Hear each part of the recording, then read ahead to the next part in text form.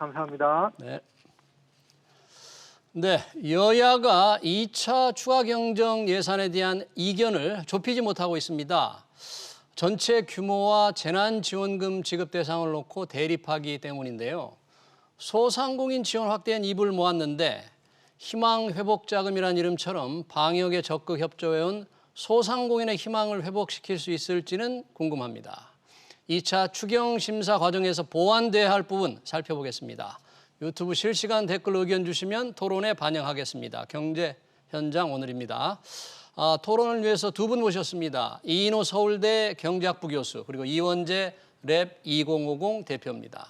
두 분 어서 오십시오. 반갑습니다. 네, 안녕하세요. 자, 이 코로나 앞에 살펴봤지만 코로나19 확진자 워낙 심각한 상황. 그래서 이분들 거리두기로 피해를 입은 소상공인들을 돕기 위한 지금 2차 추경안이 국회에서 예결특위에서 지금 심사 중인데, 자, 이원재 대표님, 어제 오늘 예결특위가 하는 모양인데 현재 어떤 부분에서 여야가 조금 어떤 상황입니까? 어떤 부분에서 대립을 하고 있는 거죠?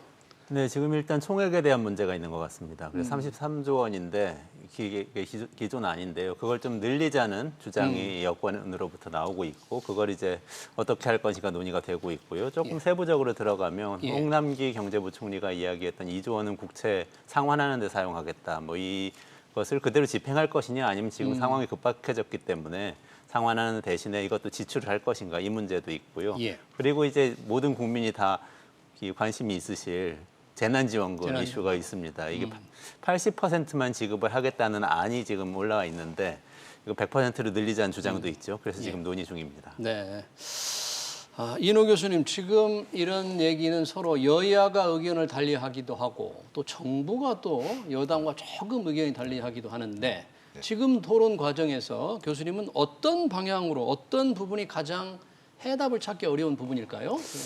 지금 소상공인 부분은 사실 이미 어느 정도 동의가 이루어졌고 그 부분에 대해서는 문제가 없는 것 같아요. 근데 이제 이 재난지원금 이 부분은 저 같은 경우에는 사실 80%는 고사하고 최근에 재난지원금을 줘야 될 재난이 벌어지질 않은 상태입니다. 제가 볼 때는 4차 대유행이 생겼지만 4차 대유행 때문에 전 국민의 생활이 경제적으로 어려워졌다.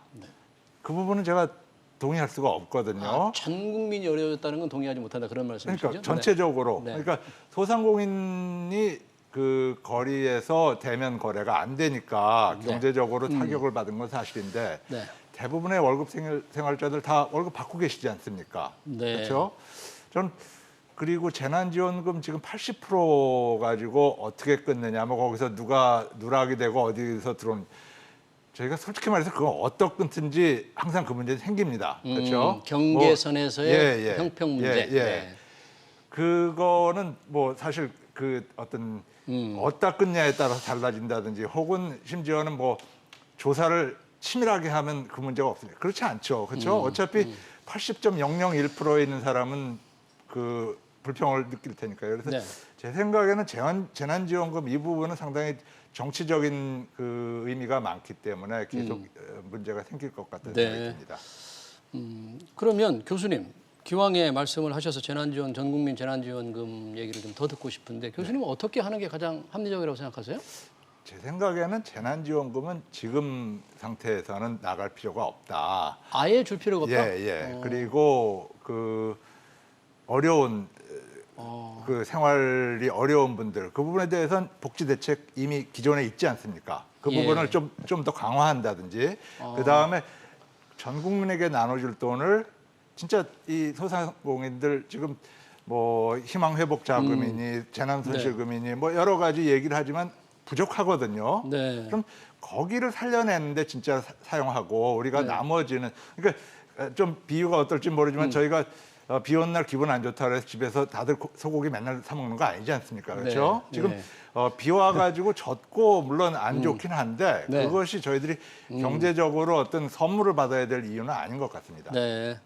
그래도 뭐 하위 30%라든지 하위 50%라든지 이런 것도 아니고 아예 주지 말자 그 돈을 저는 그러니까 하위 30% 50%는 아까 말씀드렸다시피 영세민에 대한 대책들 그리고 그 부분에 대해서는 현 정부가 이미 2018년부터 지속적으로 어떤 그 네. 하위 계층에 대한 그 지속적인 네. 지원 이건 이야기를 하고 있었거든요. 그렇다면 지금 이 코로나 때문에 달라진 부분이 뭐가 있는지 들여다보고 만약에 달라진 것이 없는데도 불구하고 더 줘야 된다면 그러면 2018년, 2019년에 만들었던 그 영세민 대책은 영세민. 틀렸다는 얘기죠. 그렇죠? 예.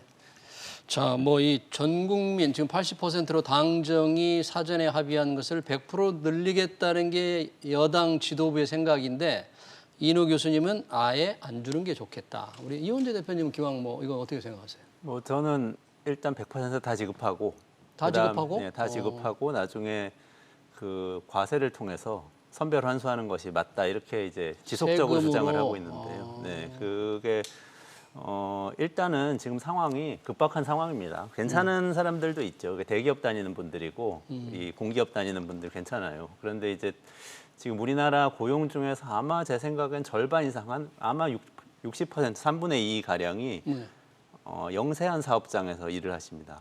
소위 말하는 30인 이하 사업장, 5인 이하 사업장 이런 곳에서 일을 하시거든요. 3분의 2 정도가? 그렇죠. 네. 네, 그분들은 지금 일촉즉발인 상황이 굉장히 많죠. 그러니까 소상공인 말고도 예. 그냥 아주 작은 5인 이하 사업장들 굉장히 많은데 여기는 이제 일감 한 개 일감 끊기면 이제 문을 닫아야 되는 상황이라 이제 월급이 나가네 못 나가네 이렇게 돼버리는 상황이라 굉장히 어려운 곳들이 많습니다. 근데 이곳들을 이제 선별해서 지원을 하려고 하면 사업자를 선별하는 방식이나 아니면은 재난지원금 할 때 하는 것처럼 이렇게 건강보험 가지고 이 선별하는 방식이 있는데요. 예. 이거는 지금 제대로 선별할 수 없다는 게 이게 모든 전문가들이 그 선별이 주장하는 쉽지 것입니다. 않다.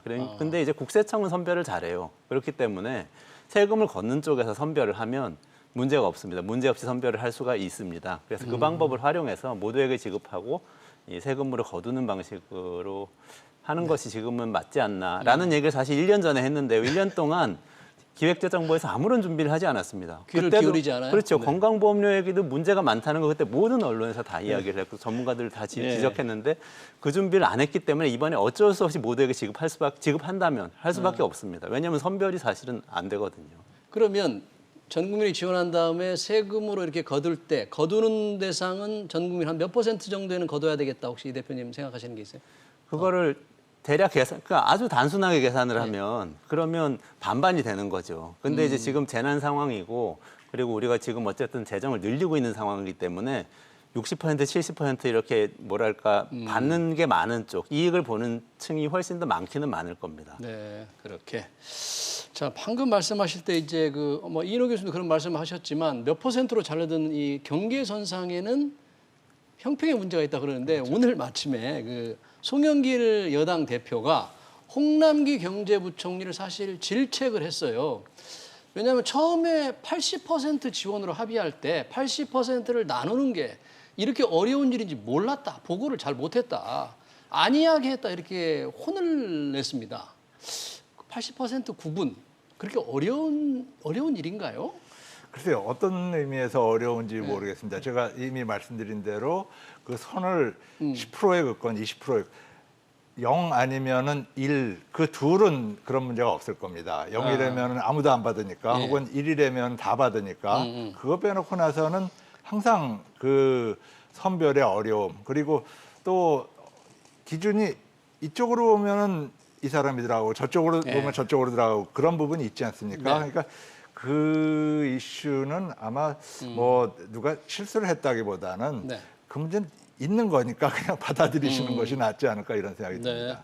왜냐하면 송영길 대표 얘기를 들어보니까 이 가구당 순으로 해서 80%를 자른다고 할 때 가장 문제가 생기는 게 1인 가구. 1인 가구 연소득 4천만 원이면 제외될 가능성이 있다. 그리고 맞벌이 부부 혜택을 못 볼 수 있다. 이런 문제가 사전에 좀 걸러지지 않았다.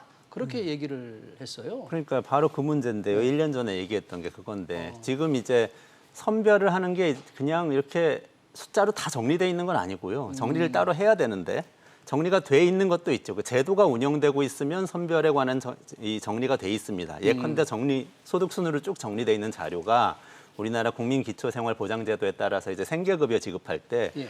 그 저소득 가구가 어디냐, 그 정리되어 있어요. 건강보험료 기준으로 정리가 돼 있어요. 이건 모든 가구에 대해서 정리돼 네. 있죠. 그러니까 모든 가구가 필요하니까 건강보험료를 일단 보는 겁니다. 근데 건강보험료는 문제가 있어요. 왜냐하면은 가구주도 건강보험 가입했을 수도 있고 피부양자들을 들였을 수도 있고요. 그리고 가구원이 또 가입했을 수도 예. 있고 자산에 따라서 달라지기도 하고 굉장히 많은 변수가 발생을 하고 거기서 이제 핵심적인 변수가 말씀하셨던 1인 가구의 경우에 혼자 일할 경우에 그래도 단독 가구로 이 간주가 되는데 그러면은 굉장히 이 고소득자인 것으로 간주될 가능성이 높습니다. 그러니까요. 그렇기 때문에 이게 여러 가지 형평성의 문제가 발생을 하게 되죠. 자, 그러면 만약에 여당에서 100% 지원을 고집한다면 홍남기 경제부총리는 어떻게 해야 됩니까? 80% 여야가 합의해도 따르지 않겠다는 이런 말까지 했는데 계속 버틸 수 있을까요, 부총리? 글쎄요, 그건 예. 그분의 마음에 달렸겠죠. 네. 그거 제가 어떻게 알겠습니까? 예. 계속 그러니까 버텨야만 하는 경제부총리는 좀 그런 상황인 모양이죠. 자기가 그런 주장을 계속 할 수밖에 없는. 아무래도 재정을 책임지고 있는 그 부처의 장이니까 예. 좀 뭐랄까 보수적으로 지출을 하려는 생각은 있겠죠. 예. 그렇죠. 그리고 더군다나 과거에 무슨 저희가 외환 위기라든지 이런 일이 있었던 거 보면은 뭐 사실 그 전에 했던 일들이 예. 그 당시에 꼭 잘못됐던 건 아니에요. 뭐 우리가 OECD 들어가면 참 부자 됐고 좋지 않냐. 그것이 사후적으로 보면은 아직까지도 그 당시에 책임을 맡았던 분들은 이름이 회자되지 않습니까? 그렇죠? 예. 저라면은 아마 그런 일은 자기도 겪고 싶지 않을 것 같아요. 그렇다면은 반대했다는 어떤 증거라도 남기고 싶겠죠. 네. 그리고 또 하나 이제 뭐 전국민 재난지원금 계속 논란이 될 것 같은데 이 2조 원 추경 예산안 중에서 2조 원의 빚을 갚겠다는 안이 포함되어 있는데 그 돈을 갚지 말고 손실보상이라든지 피해 재원에 더 쓰자는 주장이 지금 여권에서 나오고 있잖아요. 그 의견에 대해서는 어떻게 교수님 보세요? 제 생각에는 사실 그 부분은 그렇게 큰 문제가 아닌 것이 예. 쓰고 뭐 나중에 세금을 걷든지 지금 갚고 하든 아무튼 쓰는 부분이 쓰는 액수가 중요한 거지 그거를 여기서 추가 세수해서 내느냐 아니면은 정말로 저희가 필요하다면은 진짜로 위급한 상황이라면 저는 뭐 추가 세수 없다 하더라도 50조 써야 되겠지. 사람이 굶어 죽는데야. 예. 그렇죠? 근데 지금 그런 상황이냐. 2조까지 꼭 넣어야 되는 상황이냐. 그게 아니라면. 그러니까 저는 2조 자체를 따로 띄워가지고 그거를 어떻게 할 거냐 그걸 결정할 것이 아니라 전체 지출 액수가 얼마큼 하는 것이 우리에게 필요한가 그거를 따지는 것이 중요한 것 같습니다. 그러면 전체 지금 추경 제출된 33조인가요? 그걸 더 늘려서는 안 된다고 교수님 보십니까? 그리고 그 33조의 내용을 안을 들여다보시면은 사실 재난지원금 말고도 지금 왜 코로나 사태에서 나와야 되는지 잘 모르겠는 뭐 문화상품권 뭐 여러 가지 것들이 있지 않습니까? 네. 소비 진작을 위해서. 그런 부분 지금 소비 진작을 한다 그래서 소비를 할 수가 없는 상황인데 그렇죠? 나가지도 못하고 어디 공연도 가지 못하게 돼 있는 상태에서 그 준다는 것이 의미가 없지 않습니까? 그렇다면 그런 의미에서 저는 33조가 과연 맞는 숫자인지 그걸 따지는 것이 필요한 거지 지금 2조를 어디서 꺼내느냐 그건 중요치가 않다고 생각합니다. 그러니까 전체 추경 예산의 내용 중에서 바로 그 소비 진작 있고 또 대표적인 게 뭐 기왕 소비 진작 말씀을 하셨으니까 이 신용카드 캐시백안도 들어가 있어요. 1조 천억을 지원하겠다. 그런 거는 좀 합리적이지 않다는 얘기인데 이원재 대표님도 그 공감을 하십니까? 그런 부분은? 어떻게 그런 게 이제 가장 큰 문제라고 보는데요. 저는 일을 굉장히 복잡하게 만드는 거죠. 지금 신용카드 캐시백 이렇게 말했을 때 전 국민 중에서 내가 그 대상이 될지 안 될지 아는 분이 안 계시잖아요. 그럼 모든 사람이 혼란에 빠지는 거죠. 이거 과연 누구를 위한 것인가 하는 것인데 이런 제도를 사실 관료들이나 특히 이제 관료뿐만 아니라 그 산하기관 같은 공공조직에서는 좋아해요. 좋아요. 일거리가 많이 생기거든요. 일거리가 새로운 많이 생기니까. 창의적인 정책이 나온 거죠. 그런데 수요자인 국민들 입장에서 보면은 굉장히 불편한 제도가 되는 거죠. 그냥 똑같은 예산인데 똑같은 100원을 그냥 받을 수도 있는데 캐시백으로 받아야 하면은 신용카드를 거쳐야 되고 신용카드를 거치는 과정에서 수수료도 발생하고 그 스킴을 그 틀을 운영하는 담당자도 있어야 되고 이런 일들이 생기고 국민들은 뭐가 뭔지 알 수가 없게 돼버리는 거죠. 네. 그냥 저는 만약에 그렇게 캐시가 필요한 거면 캐시를 주는 게 사실은 낫습니다. 캐시백보다는. 캐시백. 아무도 이게 어떻게 될지 모르는 상황. 뭐 홍남기 경제부총리가 소득의 80%를 견디니까 저희 댓글 중에 홍남기 경제부총리 응원합니다 이런 뭐 댓글도 있긴 한데 캐시백은 좀 비판을 많이 받고 있는 것 같아요. 지금 그 대표님께서 말씀하신 부분이 상당히 그 중요하고도 재미있는 부분이거든요. 이게 조금 넓게 보면은 기본소득을 경제학자들 중에서 주류 경제학자들 중에서 예전에 1960년대부터 이미 그 지지했던 분들이 계십니다. 근데 그 내용을 들여다보시면 사실은 지금 정치인들이 이야기하는 우리나라의 기본소득이랑은 조금 다른 것이 그 경우에 뭐라 그러냐면 모든 사람들에게 100만 원씩 주고 지금 수백 개로 쪼개져 가지고 나가고 있는 복지 지출 싹 없애면은 그러면은 그 복지 지출 집행하느라고 여러 가지 그 마찰 뭐 그리고 이제 거기서 의외로 보시면은 그런 기본소득의 아주 급진적인 아니죠. 그것에 상당히 반대하는 사람들이 누구냐면 사실은 복지 지출을 담당하는 사람들입니다. 자기 거기는- 일이 없어지니까. 예, 일자리가 없어집니다. 그러니까 이 기본소득 이야기할 때 경제학자들도 기본소득 지원 지지한대더라. 예. 그 내용을 보시면 조금 다른 내용이 있습니다. 그러니까 물론 개인들의 선택의 자유를 그 존중한다는 의미에서 100만 원씩 주고 나서 이거 가지고 마음대로 쓰세요. 상당히 좋은 생각인 것 같은데 저희들이 사실 현실에서 보시면은 그렇게 현명한 소비만 하는 사람들도 있는 건 아니지 않습니까? 그렇죠? 그런 경우를 고려하면은 이 행정 비용 상당히 중요한 부분인데 행정 비용을 없애자고 현찰을 그냥 덜컥 줘버리면은 정책 당국에서 생각했던 효과가 안 나타날 수가 있으니까 이제 거기서 어려움이 생기는 거라고 생각합니다. 그렇군요.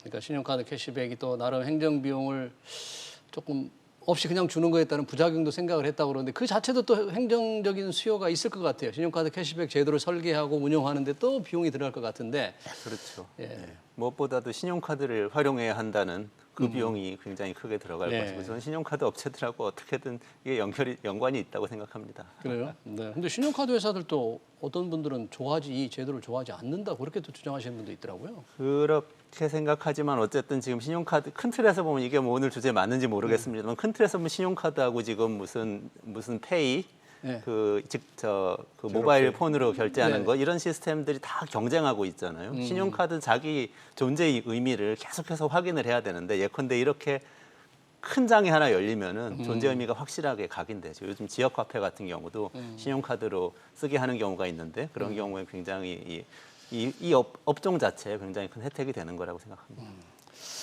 뭐 전국민 재난지원금 과연 80%냐 100%냐 우리 이인호 교수님은 주지 안 된다 할 정도로 의견이 엇갈리니까 추경 심사에서도 뭐 합의가 이루어질지는 조금 쉽지 않을 것 같아요.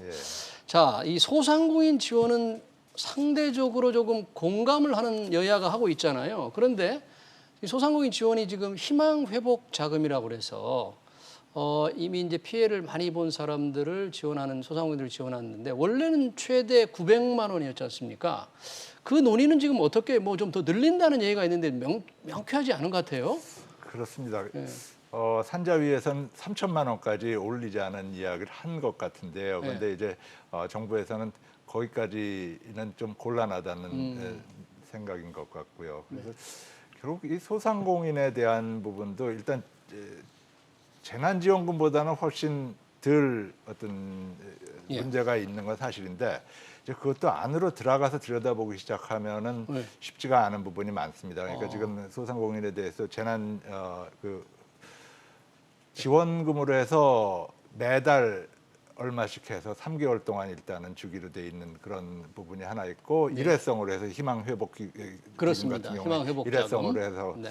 한 번 나가는데 이제 두 번 다 어떤 문제가 있냐면은 얼마큼 손해를 받느냐 이제 이걸 알아내야 되지 않습니까? 지금 이것이 피해가 어느 정도 그야말로 될 피해에 대한 복구지 아무 일 안 해도 뭐 그동안 먹고 살 수 있는 걸 드리겠다 이런 얘기까지는 할 수가 없는 상황이거든요. 그러니까 지금 그런 부분에서 결국 피해를 입은 분들은 사실 900만 원만 가지고 되겠습니까? 어떻게 보면 3천만 원 가지고도 부족한 부분들도 있을 테고 또 근데 이제 여러 가지 그 저희들이 요새는 다들 아시는 것이 이제 도덕적 해이 특화면은 네, 그렇죠. 그런 식으로 나눠주기 시작하면 누가 일 열심히 하겠냐 이런 문제도 있는 것 같습니다. 예. 지금 인호 교수님 말씀해 주셨는데 처음에는 당정이 희망 회복 자금이라 해가지고 피해를 입은 사람들한테 소상공인들에게 900만 원을 얘기했다가 갑자기 3천만 원 안이 나와가지고 일부 소상공인들은 3천만 원까지 내가 받나 이런 기대도 될 것 같은데 이건 조금 혼선이 있는 것 같아요. 그러니까 이게 예. 이것도 정말 대표적으로 잘못된 정책 접근법이라고 저는 생각합니다. 저는 뭐 이번 정부가 하는 일에 대해서 상당히 애정을 갖고 지켜보는 사람이지만 예. 소상공인 지원 이래서는 안 됩니다. 왜냐하면 내가 어떤 그 정책 수요자가 어떤 사업을 지금 하고 있단 말이죠. 그럼 사업이 잘 됐을 때, 잘못됐을 때 또는 정부 요구에 따라서 내가 따랐을 때, 안 따랐을 때 어떻게 된다는 걸 예측할 수 있어야 됩니다. 근데 지금 이거는 다 지나간 다음에 이거 뭐 예전에 매출 감소한 분에 뭐 얼마를 거기 따라서 얼마를 준다는 건데 그게 안 정해져 있는 거잖아요. 예. 이거는 효과가 없어요. 이건 다음에 어떤 방역 대책을 정부가 따르라고 해도 이 사람이 이 개인이 따라야 될지 말아야 될지 판단하는 기준이 되지를 못합니다. 또 바뀔 수 있거든요. 그래서 안정화시키는 게 좋은데 예. 저는 이제 노르웨이 사례를 하나 말씀드리고 싶어요. 노르웨이가 작년에 방역에 좀 일찍 성공했습니다. 근데 굉장히 강력한 이 억제 정책을 폈는데 사실은 그 수도인 오슬로 같은 경우에는 예. 모든 레스토랑하고 바를 다 닫았습니다. 완전 봉쇄를 한 거예요. 예. 학교만 열었어요. 아이들은 그래도 아이들한테 투자해야 된다 그러고. 네.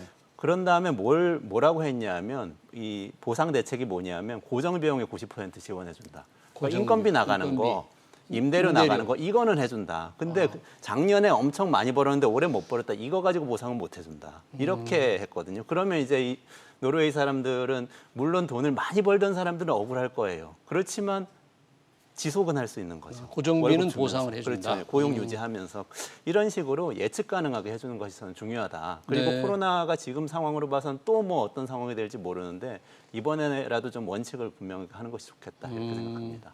사실 우리는 이제 매출이 얼마나 줄었느냐, 정부의 그 영업 금지, 영업 제한 조치로 매출 줄어든 폭에 따라서 지금 보상액이 결정될 것 같은데 그에 따른 불형평 또 다른 문제 많은 걱정이 있어요 소상공인들은. 더군다나 이분들은 돈을 받아도 임대료나 뭐 이런 데로 다 나간다, 빚 갚고 만다. 그래서 별 도움이 안 된다 이런 불만까지 지금 가지고 계시더라고요.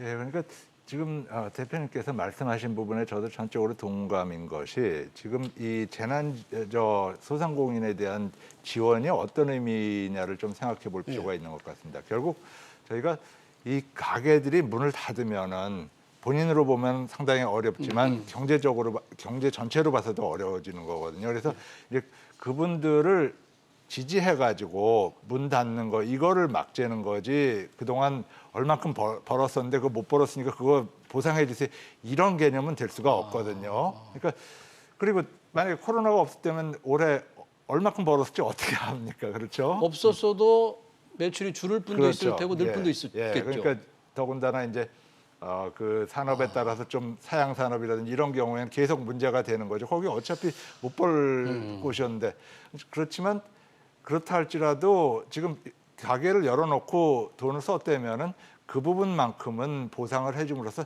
살아남고 이제 이런 경제적인 위기가 끝나고 나면 그때 이제 다시 능력을 발휘할 수 있는 그런 기회를 주는 것이 올바른 방향인 것 같습니다. 그러니까 이 코로나로 정부 방역 조치 협조해서 이 피해를 본 소상공인들한테 명쾌한 뭔가 원칙이 좀 있어야 된다. 지금으로서는 곤란하다 그런 얘기네요. 맞습니다. 그러면 그 노르웨이 사례가 돼야 됩니까? 우리는 어떻게 그러면 지원하는 가장 바람직한 방법? 지금 뭐 재정도 좀 감안하면서 어떤 게 좋을까요? 그러니까 저 같은 경우는 노르웨이 같이 예컨대 뭐 다는 아니더라도 특히 인건비라든지 이런 부분 고용을 유지를 해야 되는 그런 부분은 뭐 90%든지 80%든지 이 정도는 정부가 부담해준다 이렇게 이야기를 하는 것이 좋을 것 같고요. 그 이외에 벌던 돈은 그럼 어떡하냐 사업주가 그 부분은 저는 재난지원금으로 해결해야 된다고 보는 겁니다. 그 부분은 개인의 생활과 관련된 거기 때문에 그건 복지 비용이라고 보고 지출하는 것이 맞다. 그러니까 사업 보상 비용이라고 접근하면은 이게 여러 가지 큰 사업자들은 오히려 더 유리해지고 이런 문제가 생긴다 이런 생각입니다.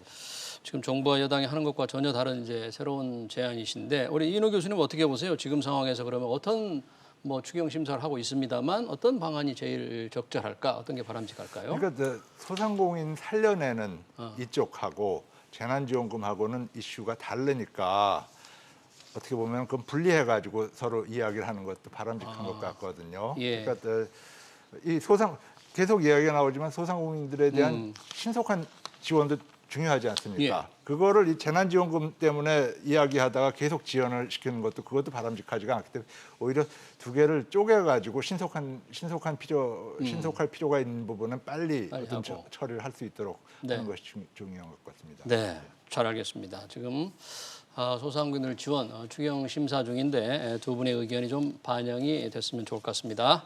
지금까지 이인호 서울대 경제학부 교수 그리고 이원재 랩 2050 대표였습니다. 두 분 고맙습니다. 감사합니다. 네.